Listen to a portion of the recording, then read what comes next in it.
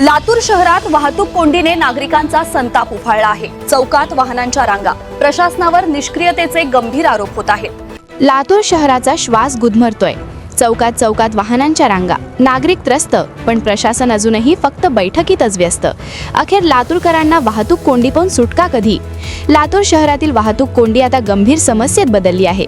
शहरातील प्रमुख चौकांमध्ये वाहनांच्या लांबच लांब रांगा लागत असून नागरिकांना रोजच तासनतास वाहतूक जॅमचा सामना करावा लागत आहे।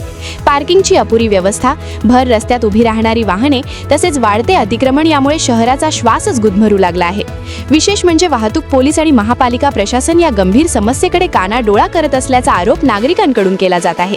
रोजच्या त्रासामुळे वाहन चालक आणि व्यापारी वर्ग संतप्त झाला असून या वाहतूक कोंडीतून सुटका कधी होणार असा सवाल उपस्थित केला जात आहे।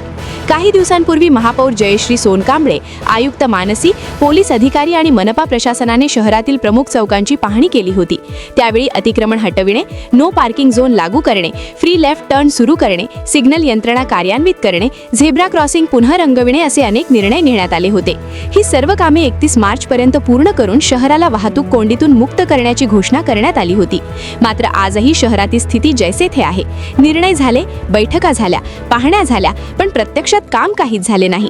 लातूरकर आता प्रशासनाकडून फक्त आश्वासन नाही तर तातडीची कृती मागत आहेत। कारण प्रश्न फक्त ट्रॅफिकचा नाही तर नागरिकांच्या वेळेचा, सुरक्षिततेचा आणि संयमाचा आहे। लातूर शहर वाहतूक कोंडीतून मुक्त होणार तरी कधी? हा प्रश्न आज प्रत्येक नागरिक विचारतोय।